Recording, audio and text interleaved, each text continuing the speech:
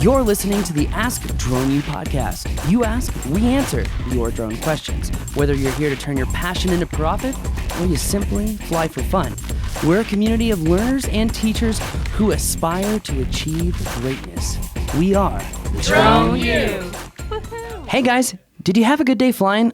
Did you maybe have an accident? Well, if you had an accident, you hit a tree or something and broke your drone or the gimbal, whatever it is, I've got good news for you. You've got to check out these guys, unmannedsas.com/drone U. Why? Because if you've got a broken drone, these guys are the right ones to fix it.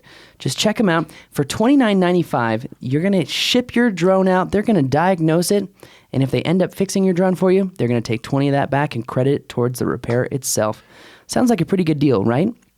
That's why you should go to unmannedsas.com/drone U so that a team of veterans from this great country can fix your gear. And the good news is, it's right here in the US of A.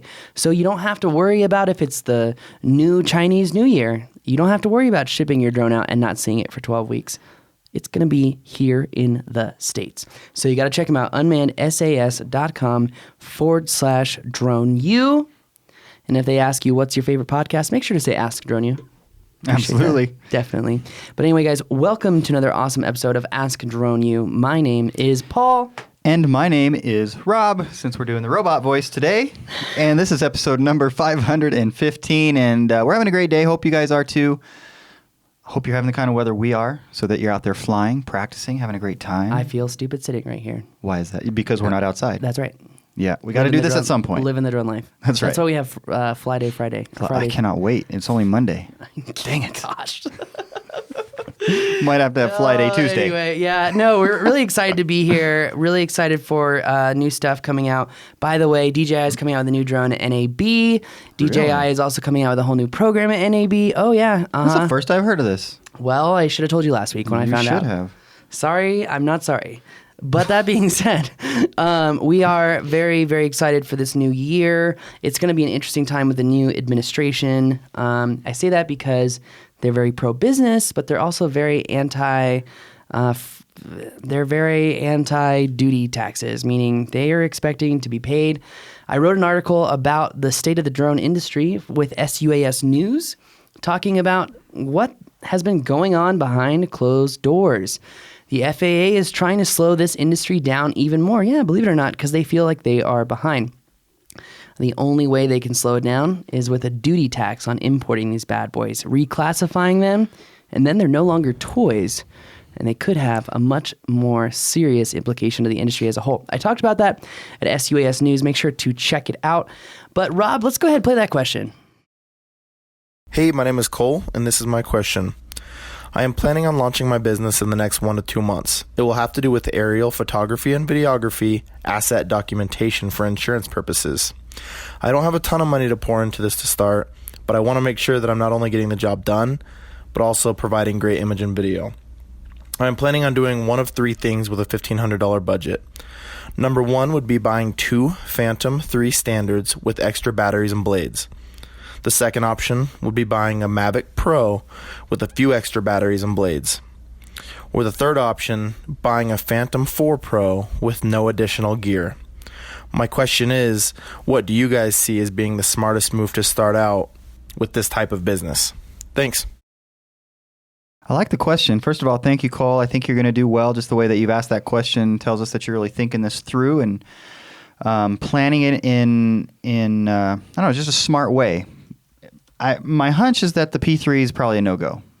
Yeah, I think it's so outdated. It's really lost its luster. Yeah. So having the redundancy, the backup, definitely a good thing. But as you're getting started in this business, I'm guessing you also have a full-time job.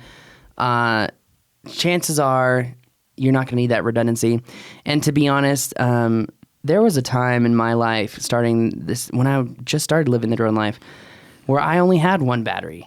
And I had to practice to get all my moves in one battery and then shoot in the inside of the home and charge that battery and go back out and get some more stuff. I mean, that was the reality of my situation. How quickly will one of these batteries charge, just out of curiosity? 45 to an hour. All right, so It takes some time. It's not quick. No, but it's also doable. And as long as Yeah. you're willing to swallow your pride, which if you have pride about this, maybe you shouldn't be in business. Well, I don't think Cole does, by the way. I just not want at to throw all. that out there. I agree. But that being said, Cole, simply stated, Phantom 4 Pro, the reason why is you said data acquisition for insurance companies and whatnot. You're going to need the resolution. Also, you can really kickstart your business and have a much better look than your competition with the Phantom 4 Pro. Again, based on resolution and just the depth of color. That's what I would do, Rob. Yeah, and the way that I would look at this is to plan to buy more batteries as quickly as you can. I mean, start saving up. What are they? $150? Yeah, if that. $130? If that. Right. So that, and by the way, that price is going to go down, particularly if they're going to be issuing or releasing new drones. I mean, that continually I think the drives new the drone price that down. we're going to see is going to be an industrial grade drone. More enterprise level. I don't think it'll be have really much effect. Okay, So- fair enough. Nonetheless, prices over time obviously go down. That happens pretty quickly. You'll be able to pick up some batteries relatively soon, I would think. Definitely, yeah. And be like me, eat some PB&J sandwiches for lunch and dinner for a week, and then you'll have enough money for the batteries. Quit the Starbucks. I already did that. Their coffee actually isn't that good. I've heard that. I don't drink coffee. The quality is really not that good. Like, to be honest with you, I go there for convenience, not for the quality of the coffee. Because there's one on every corner. Unless you're in Seattle. And then there's not? Nope. And that's funny because they're founded in Seattle. Yeah, that's very interesting. Anyways, cut out the Starbucks, cut out the going out for lunch, Drive less. save for some batteries. Drink water. All these are going to be good things for you anyways, right? Dieting wise, water yeah. and I mean, this is like dual purpose here. yeah. Lose weight, feel great, fly drones. I was a little surprised. What more do you need? Nothing. That's a life plan right there. Nothing.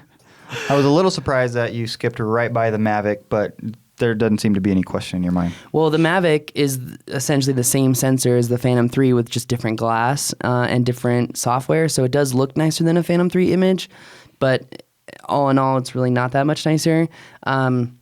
I love the Mavic, but there's no attitude mode. You're not going to get the smoothest of the smooth motion. I mean, if you saw that live stream I did on Facebook, yes, I did a 15-minute live stream with the Mavic over water the entire time to show people whether it was truly possible to do that and do it smoothly. And I think you'll see whether that's true or not if you check it out. My personal Facebook page. I should actually post that in the Drone U community so other people can see it as well. Yeah, for sure. But yeah, I skipped over it because if he's starting a business, he's got to have a competitive advantage. Right. And one way to do that is have better equipment, but you got to know how to operate it too. So when I say he could have an advantage over his competition, that's only if he knows how to edit photos properly. I still see these images all the time from people who have aerial companies, this massive arcing horizon line. And it's just like, guys, you've got to create rectilinear pictures that are going to be, they look natural. You know, the straight horizon line looks like how you see the world. Sure. So anyway, I think that's vital. That's why I skipped over the Mavic. All right. I love the Mavic, but it's also very fragile. And if you're not a skilled drone pilot, I mean, every day in the Mavic Pro owners group, you see broken drones all the time. We have to talk about that. Maybe a different podcast. I want to know more about that. About broken Mavics? Yeah, like why that's the case, why they're breaking so many of them, why it's harder to fly, if that's what you're saying, all that kind of stuff. A lack of education. So So maybe what you're saying is that people that are buying the Mavics are generally beginners. Yes. Okay. All right. They're also the people that are like, if I buy a camera at Best Buy, then this must work right out of the box too. Yeah. That's not the truth. Cool. Just so you guys know, if you do buy a Mavic Pro, there are 3 things that can go wrong before you ever fly it. On that bombshell, that's going to do it for us today. My name is Paul. My name is Rob. And if you want to learn what those 3 things are, check out thedroneu.com.